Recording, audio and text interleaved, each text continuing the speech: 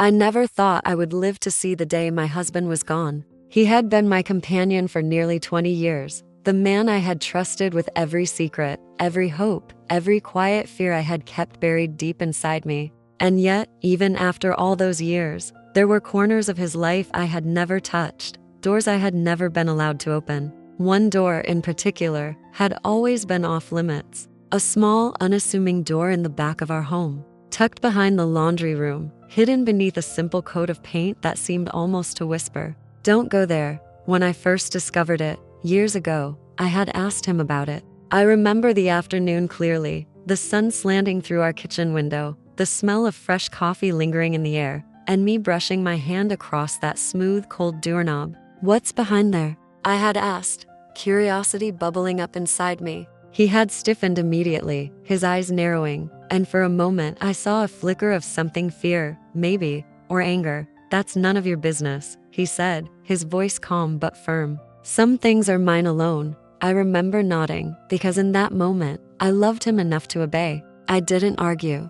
I didn't press. I went about my day as though the question had never left my lips, even though it lingered in the back of my mind for weeks afterward. I thought about that door whenever I passed it, imagining what could possibly be hidden behind it. And every time, he would catch me staring just long enough to make me look away. And I would pretend I hadn't noticed him watching me. In the beginning, I thought it was just privacy. Everyone has secrets, right? Things they keep to themselves. But over the years, the weight of that door grew heavier in my heart. It became a quiet shadow in our home, a reminder that even the person you think you know entirely can have entire worlds locked away from you. I would catch him slipping into the back room, closing the door gently behind him, sometimes late at night, and I would feel a pang of longing mixed with something I couldn't name, anger, maybe, or the ache of exclusion. We lived a life that most people envied. We had a small, comfortable home, a modest garden, and routines that made everything feel predictable, safe. I was a devoted wife. I cooked his favorite meals, made sure our home was warm and welcoming, and spent my weekends tending to our little patch of flowers that he liked to admire. He, in turn, provided quietly, never lavishly, but always enough. He never yelled, never criticized, never made me feel less than.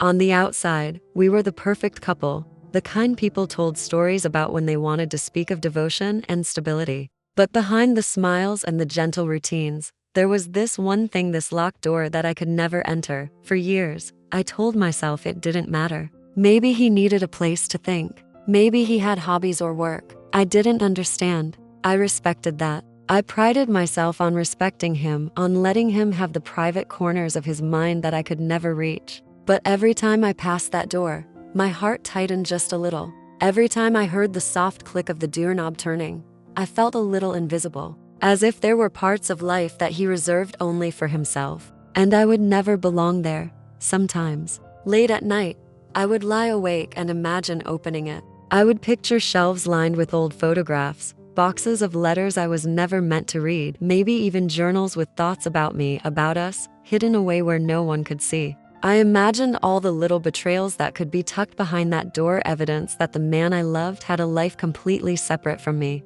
And the thought made me ache. It made me wonder if I had truly known him at all. But I never opened it, never once. Because when it came down to it, I trusted him. I had to. 20 years of marriage, 20 years of shared mornings and quiet nights, of whispered promises and gentle touches, had taught me that some things were meant to be accepted without question. I would pass that door, sometimes with my hand brushing the paint, sometimes not noticing it at all. And I would tell myself, he's allowed to have this, even if I can't understand it.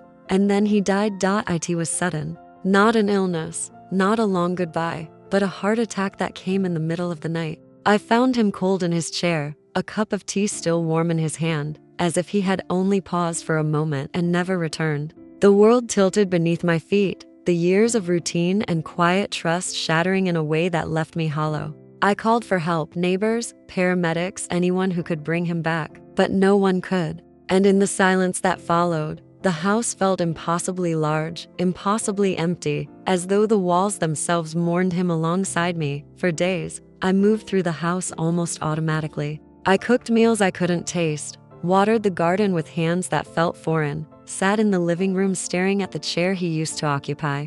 And then, one evening, as the sun dipped low behind the trees, painting the walls gold, my eyes fell on that door again. The door that had been his alone for 20 years. I stood in front of it, the air thick around me. I could feel my pulse in my ears. My hand hovered over the knob. Part of me wanted to run away, to leave it closed forever, to respect him one last time. Part of me, a louder part than I had ever allowed before, wanted to see, to know, to finally understand the man who had shared everything with me, except this one stubborn secret. I took a deep breath. I told myself I was alone. Now, there was no one to forbid me, no one to tell me that some things were not my business. And yet, a small, stubborn fear rooted itself in my chest, whispering that some doors, once opened, changed everything. But curiosity, and grief, and the ache of not knowing, won out. I turned the knob. It moved smoothly under my fingers, just as it had all those years. But this time there was no hand to stop me.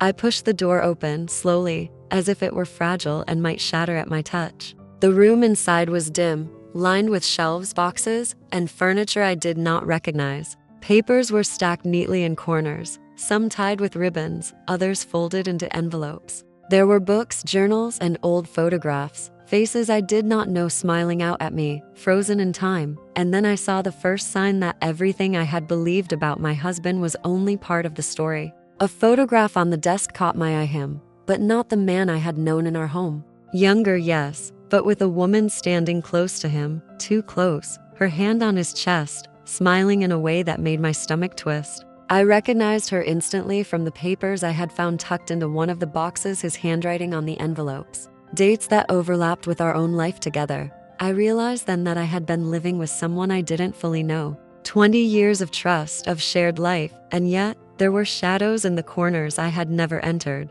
There were doors I had respected, not because I truly understood them, but because I trusted him. And now, after his death, the trust had led me here, standing in a room filled with secrets, wondering who he really was, and why he had hidden this part of himself from me for so long. I spent hours that first night in that room, opening boxes, sorting papers, trying to piece together the life he had kept separate from mine. And as I dug deeper, the truth became more tangled, more impossible to reconcile with the man I had loved. There were letters, journals, photographs, and legal documents, all hinting at a life that existed entirely out of my reach. And with each discovery, I felt a mixture of sorrow, betrayal, and a strange, piercing clarity. I realized then that some doors are kept closed not because we aren't allowed to enter, but because the secrets behind them can change everything.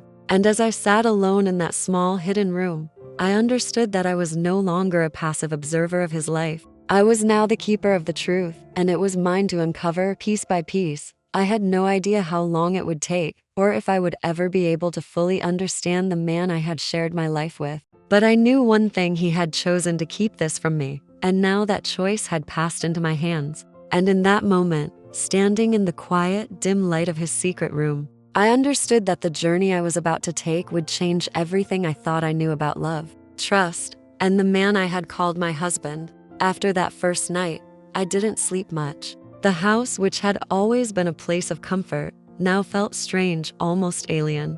Every hallway, every familiar room, seemed to echo with secrets I had never known existed. I kept thinking about him, the husband I had loved, trusted, and shared 20 years with, and the other life he had lived quietly alongside mine. In the days that followed, I began to explore the room more methodically. It wasn't just a storage space. It was a careful archive of a life he had kept entirely separate from me. The shelves were stacked with neatly labeled boxes: 2010, 2012, 2015, each one containing photographs, letters, and documents. There were journals, some small and leather-bound, others simple notebooks, filled with handwriting I had never seen before. Each page was a puzzle piece of someone I had thought I knew completely. I started with the photographs. At first, I thought maybe they were old family pictures, distant relatives, people I might recognize from his childhood. But as I turned each photo over, reading the dates and notes he had scribbled, I realized they were from another life entirely.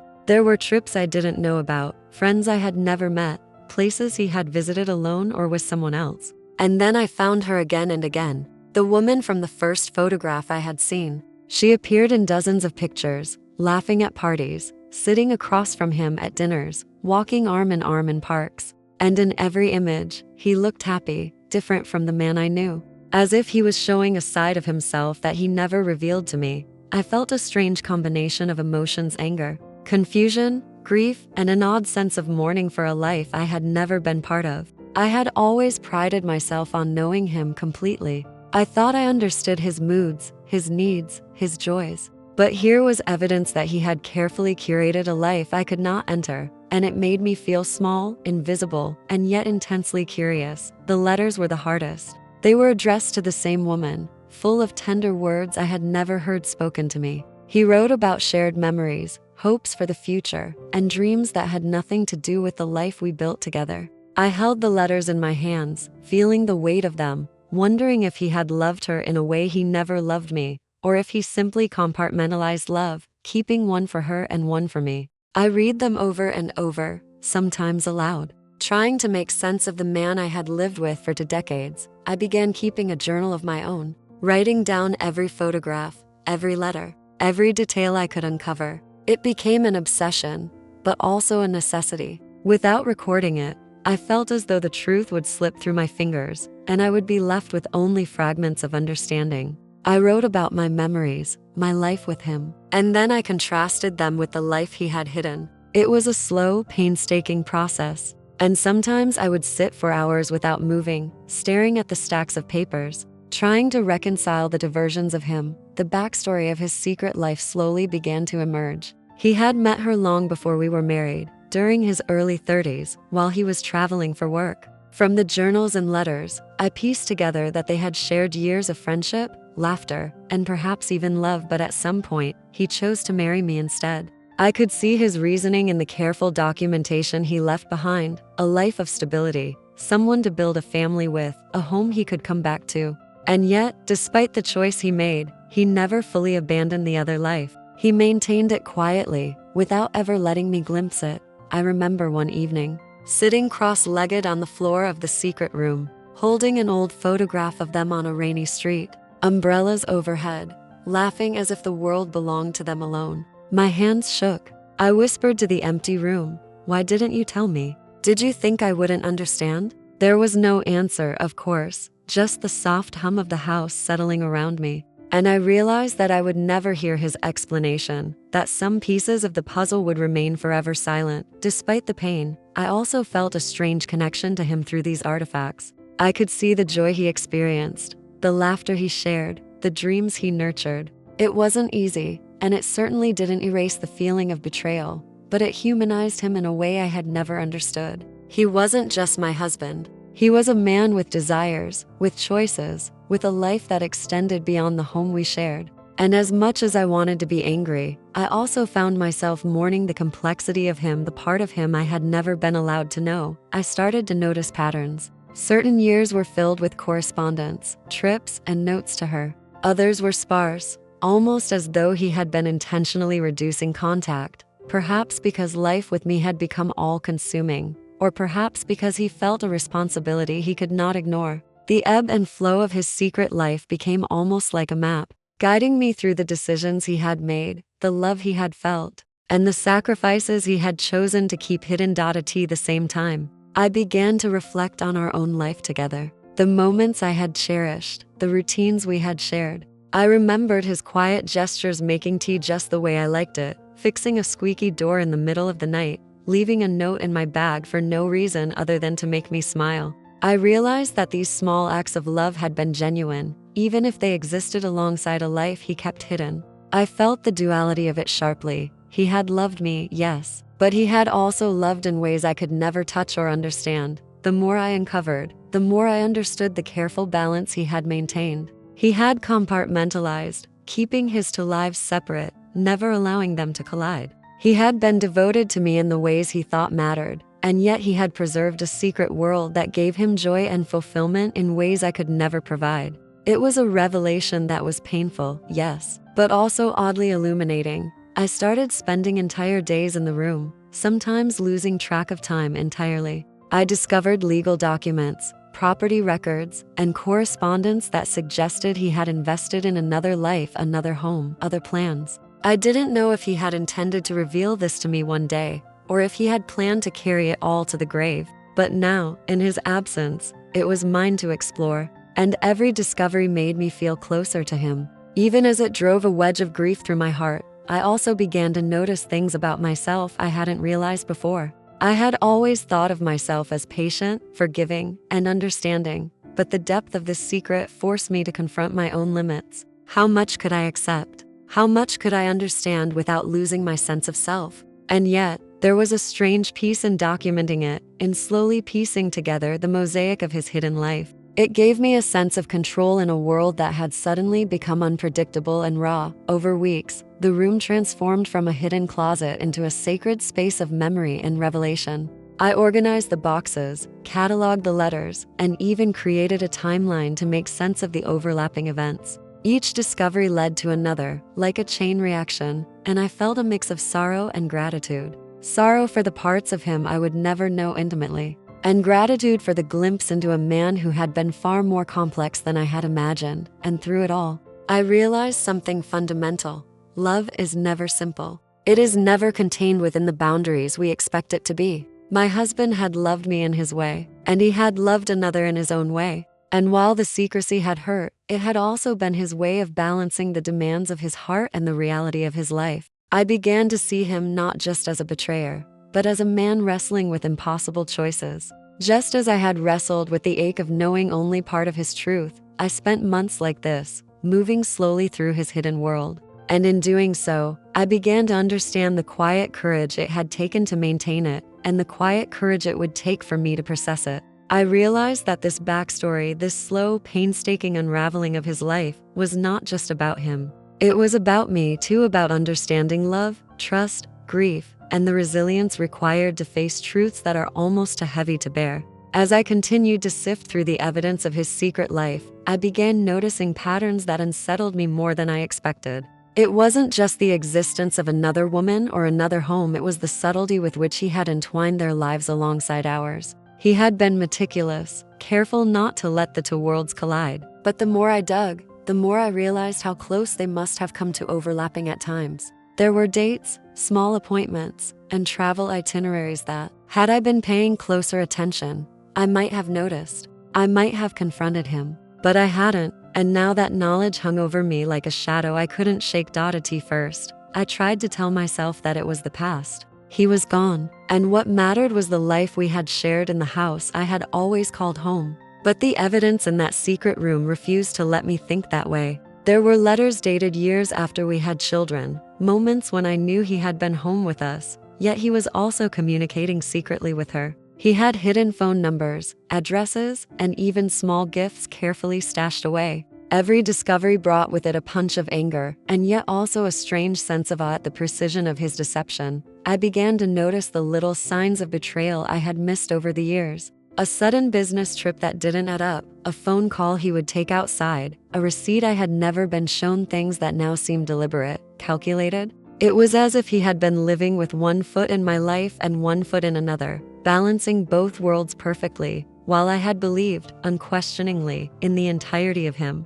And the realization stung sharply, like ice against bare skin. At the same time, I couldn't help but examine my own life in those years. Had I been blind? Had I ignored the signs because I didn't want to know? I replayed conversations in my mind, wondering if there had been subtle hints that I brushed off or rationalized. I remembered moments when he would disappear for hours, claiming errands or work obligations, and I would nod, trusting, because trust was all I had ever known to give. Now, with the clarity of hindsight, I could see the cracks in the story he had presented, the holes in the life I thought I fully shared with him. The journals revealed even more. He had written about me, about us, in ways I hadn't expected. Some entries were tender, loving, filled with small observations about our daily life, the way I smiled in the morning, the sound of my laughter in the kitchen. Others were frustrating, confounding. He wrote about guilt, about longing, about missing someone he could not be with openly. I could see how he had carried two hearts at once,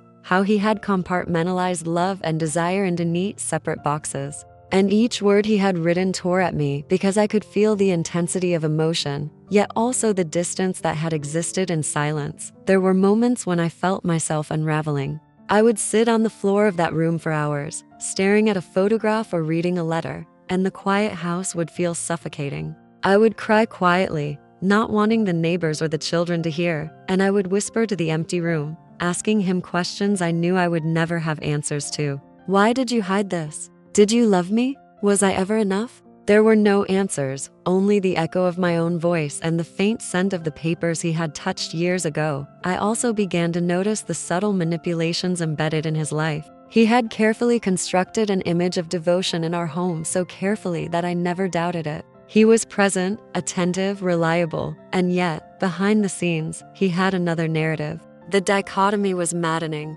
Every small act of kindness I had cherished was now tinged with suspicion. Had he done it out of love, out of guilt, or to balance the scales of his hidden life? I could not tell, and the uncertainty gnawed at me. One evening, I found a folder labeled with my name. I hesitated before opening it, unsure if I wanted to face whatever he had written. When I finally did, I found letters, pages, and notes addressed to me, but never sent. They were confessions, reflections, apologies for things I had never known, expressions of gratitude and remorse intertwined. In them, he acknowledged moments when he had failed me, moments when he had been distant or distracted, and moments when he had felt torn between his obligations and his desires. The letters were a mixture of sincerity and manipulation, a balancing act that mirrored the life he had lived quietly alongside mine. I realized then that the betrayal was not simple. It wasn't a single act or a single choice. It was years of careful planning,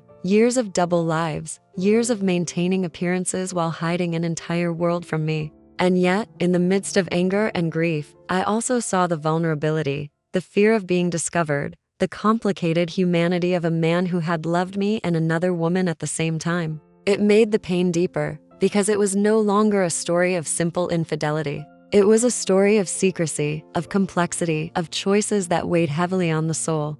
I started cataloging the evidence, trying to make sense of it all. Photographs, letters, journals, legal papers, each one was a thread in a tapestry that I was slowly unraveling. I began to notice patterns in the times he had spent with her, the holidays he had carved out, the trips he had taken. He had been methodical, careful, and precise. And with each discovery, I felt a mix of anger, sorrow, and a strange fascination. I wanted to close the door and forget it all, yet I couldn't. I had to understand, had to see the full picture. There were moments when I questioned my own sanity. How could someone live such parallel lives for so long without collapsing under the weight of secrecy? How could I have loved someone so completely and yet been so unaware? And yet, the evidence was irrefutable. The photographs, letters, and journals were tangible proof of a life that existed completely out of my reach. And with that proof came a gnawing realization. I could never see him the same way again, no matter how much I wanted to. Then came the subtle signs of manipulation I had missed for years. I found notes that suggested he had steered conversations, actions, and even decisions in our life to accommodate the other world, he maintained. There were receipts, phone records, and correspondence that showed deliberate efforts to keep me from discovering anything. The realization hit me hard. He had not only hidden a life, but he had actively shaped our shared reality to make that hiding possible. And the depth of that deception shook me to my core. As the weeks passed, I began to confront my own feelings more directly. Anger, grief, betrayal, and sorrow mingled with curiosity, understanding, and even a strange form of compassion. I could see the man I loved, flawed and human, struggling with impossible choices. And yet I could not forgive everything. The balance between empathy and indignation was delicate, and some days it felt unbearable. I would read a letter, glance at a photograph, and feel my chest tighten with a mix of pain and longing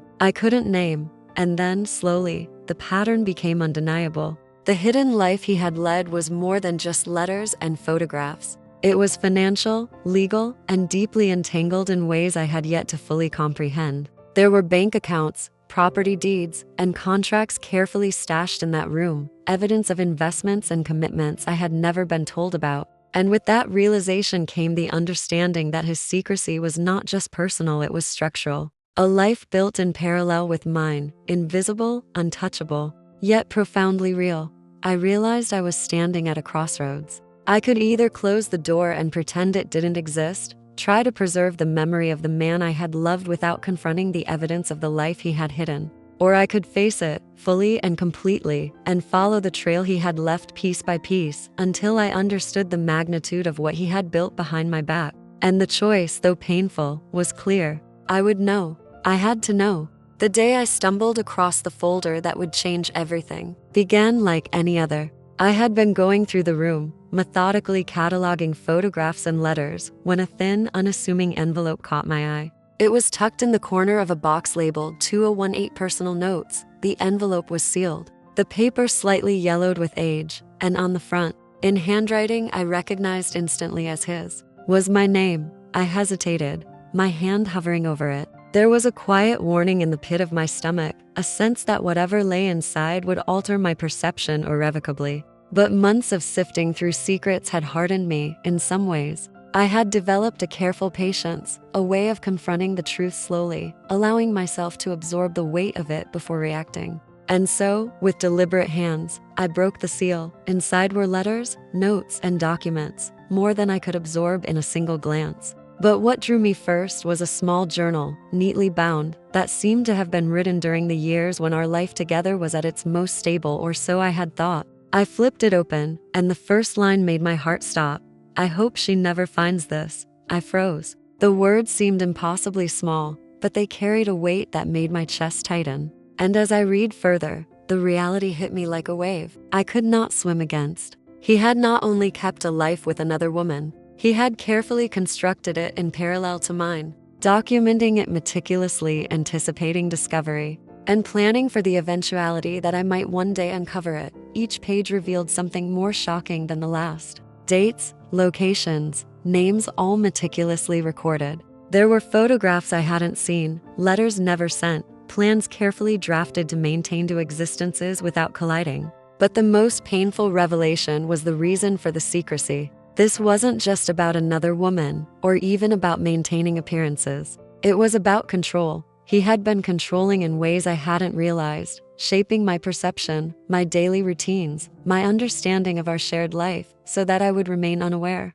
Every absence, every unexplained trip, every late night, it had been calculated. The depth of the deception stunned me, leaving me breathless. I realized that the man I had trusted completely had been orchestrating a world beyond my reach, a world I wasn't allowed to enter, and now, after his death, the full scope was mine to see. The photographs were even more devastating. I had seen some before, but these were different, more intimate, more revealing. He had taken care to document moments I had never known existed: dinners, holidays, quiet walks, private conversations with her. And in every image, he looked at her the way a man looks at someone he loves deeply. And yet, at home with me, he had shown a love that was gentler, steadier, more domestic. The contrast was brutal. I could see, for the first time, the duality of him, the man I had known, and the man he had hidden. Then came the letters. I picked up one addressed to her, written on the date of our wedding anniversary.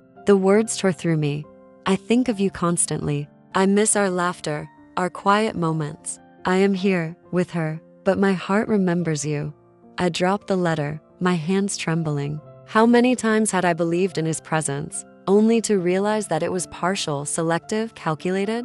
The betrayal wasn't just emotional, it was structural. He had woven it into the fabric of our life, so that I would remain blind, trusting, and unsuspecting. And yet, among the documents, I found something even more shocking. A series of legal papers suggested that he had invested significant money into her life, real estate, accounts, plans for property, and inheritance that did not involve me. I felt a chill run through me as I realized the depth of the other life he had created. Financial, legal, personal, all carefully hidden. And here I was, holding the map to it, left alone to navigate the ruins of his choices. I began to understand the scale of his planning. This was not a temporary affair. This was decades of secrecy, thought through with precision. Every action in our life had been measured, every gesture in our home calibrated, to keep me unaware.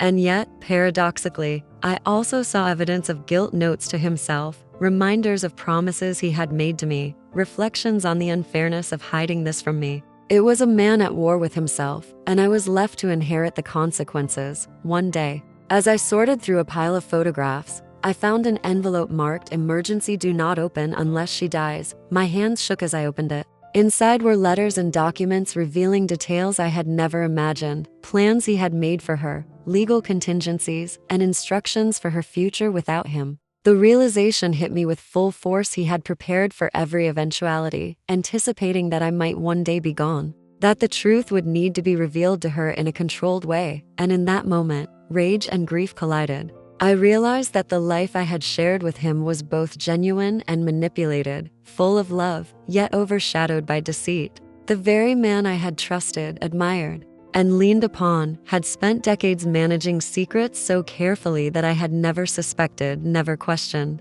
never even imagined the complexity of what lay beneath the surface. I began to piece together the timeline of their meetings, trips, and correspondence. Some were subtle, hidden in the margins of work trips or weekends away. Others were audacious, occurring at the same time. He had been home with me, pretending normalcy. The duplicity was staggering. I could not fathom how he had maintained it all. Yet there it was, evidence in black and white, photographs and letters that did not lie. Then came the final twist, the one that made me feel as though the floor beneath me had disappeared. I found a small locked box at the back of a shelf, one he had clearly intended to remain hidden. It was heavier than I expected, and when I pried it open, I found documents and photographs that suggested something far more calculated than a secret romance. There were deeds, contracts, and correspondence that indicated he had been planning a complete transfer of assets to her. Should anything happen to him, I sank to the floor, staring at the contents, feeling a mixture of shock, anger, and sorrow that threatened to consume me. The man I had trusted with everything had been preparing a future without me, while living alongside me. Every memory, every shared laugh, every quiet evening together, now felt tainted, reframed in the harsh light of what I had discovered. And yet, even in the midst of betrayal, there was a strange clarity. I understood now why he had been so careful, why he had forbidden me from entering this room, why he had always maintained a calm, distant demeanor when I asked questions I should have asked. He had built a fortress around the secret, anticipating discovery, anticipating grief, and perhaps even anticipating revenge. I sat there for hours. The contents of that room spread around me, the weight of the truth pressing down like a physical force. And in that silence, I realized something fundamental. The man I had loved and the man I had discovered were both real, yet neither was complete without the other. The life I had thought I knew was intertwined with deception, and yet it had been lived with care, intention, and love. However flawed or divided, I finally understood the cruel brilliance of the secret he had kept. He had designed it so that I would never question, never suspect, and never interfere with the life he had constructed outside our home. And now, after his death, the full power of that secret lay in my hands. I could confront it, follow it, and perhaps even reclaim it in some way, or I could let it remain buried. A hidden chapter of a man I would never fully know, and in that quiet, devastating realization, I made a choice. I would face the truth, piece by piece, letter by letter, photograph by photograph. I would uncover the full story of the life he had lived parallel to mine. And I knew, deep down, that what I would find next would shake the foundations of everything I had believed, everything I had loved, and everything I had trusted. The days that followed were the hardest I had ever faced.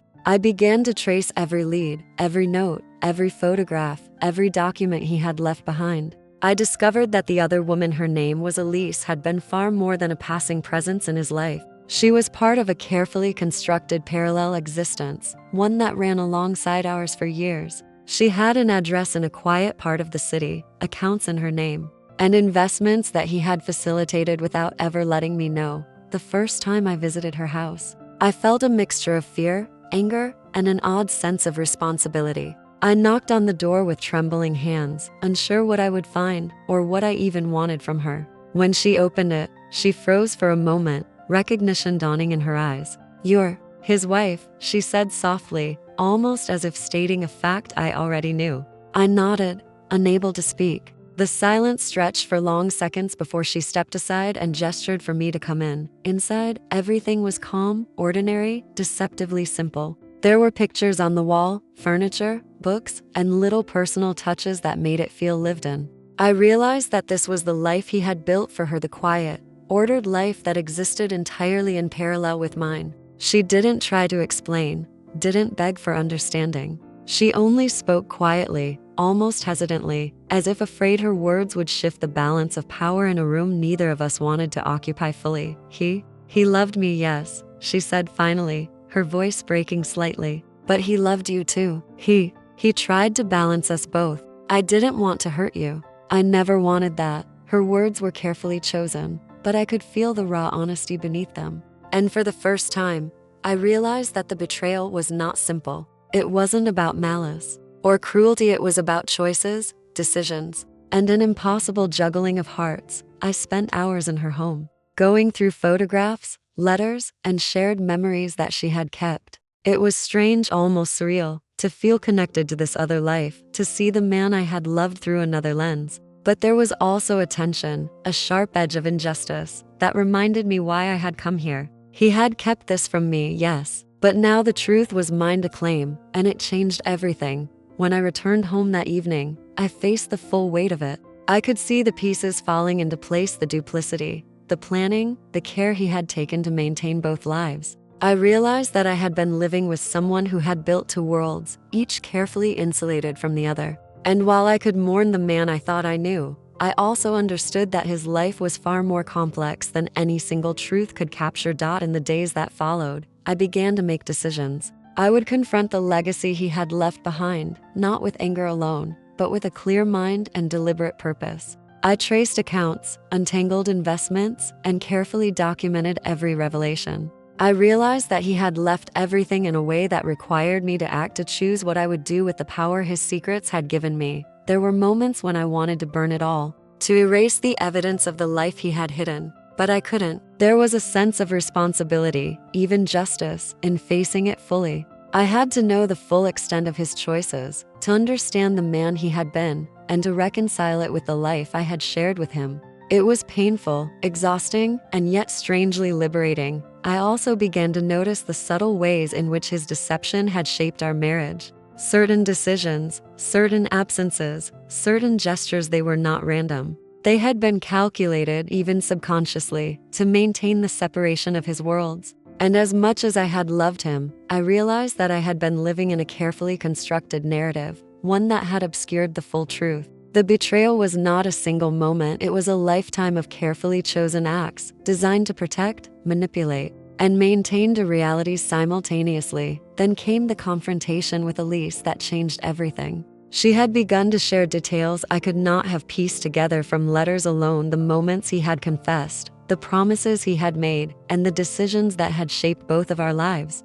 I realized then that the betrayal had been mutual, not in collusion, but in the shared silence and respect for the man's wishes. Neither of us had interfered in the other's life because we were both tethered by his careful orchestration. And yet, as we spoke, I felt a shift. I realized that I held the power now. The secrets he had guarded so carefully were mine, and I could choose how to use them. I could expose them, confront them, or simply accept them and move on. For the first time, I felt a sense of control in the chaos he had left behind. I started to take tangible steps. I consolidated accounts, organized legal documents, and ensured that the financial legacy he had left was understood fully. It was painstaking work, but with each action, I felt a sense of reclaiming my life. I was no longer a passive participant in his secret world. I was now its steward, its executor, and in some ways, its judge. The revelations were painful. There were moments when I wanted to scream, to weep, to collapse under the weight of the life I had discovered. But there were also moments of clarity, when I could see the complexity of his choices, the humanity behind the secrecy, and the strength it took for him to maintain two worlds. I realized that my grief was not just for the betrayal, but for the man he had been, the possibilities that had been lost, and the life we could have shared if honesty had not been hidden behind a door. I also began to see the consequences of uncovering his secrets on those around me. Family, friends, even neighbors, all were unaware of the life he had led. I had to tread carefully, to protect the truth while navigating the delicate balance of disclosure and discretion. It was a new kind of responsibility, one that required patience, wisdom, and a steady heart. Over time, I began to feel a quiet power growing within me. The betrayal, the secrecy, the hidden life all had left me with something he could never take: the full knowledge of his choices and the ability to decide what to do with them. I realized that while he had tried to control two lives simultaneously, his death had shifted the balance entirely. I was no longer at the mercy of his secrets, I was in command of them, and with that realization came a sense of liberation. I began to make small changes, asserting control over our shared assets, deciding how to manage his legacy, and choosing what parts of his hidden life to acknowledge and what to leave in the past. It was a slow, deliberate process, but each decision reinforced the sense that I had reclaimed my autonomy, my dignity, and my sense of self. After years of quiet manipulation, the final turning point came when I decided to confront the full extent of the life he had built with Elise. Together, we went through the documents, photographs, and letters, mapping out the reality he had hidden. There was no malice between us, only the shared understanding that we had both been living in the shadow of his careful orchestration. And as we worked together, I felt a strange bond form, a recognition that we were both survivors of the same complex, divided love. By the end of it all, I understood the full scope of his life, the depth of his secrets, and the deliberate choices he had made. And I realized something profound. The betrayal, as painful as it was, had given me a kind of strength I would not have found otherwise. I had faced the truth, confronted it fully, and emerged with a clear sense of agency. In that moment, I felt the scales shift. The secrets that had once held power over me were now under my control. I was no longer the wife kept in the dark. I was the executor, the guardian, and the arbiter of the life he had hidden. And with that power came a quiet, unshakable sense of justice. Not revenge, not vindication, but the clarity that comes from facing betrayal with courage and emerging whole on the other side.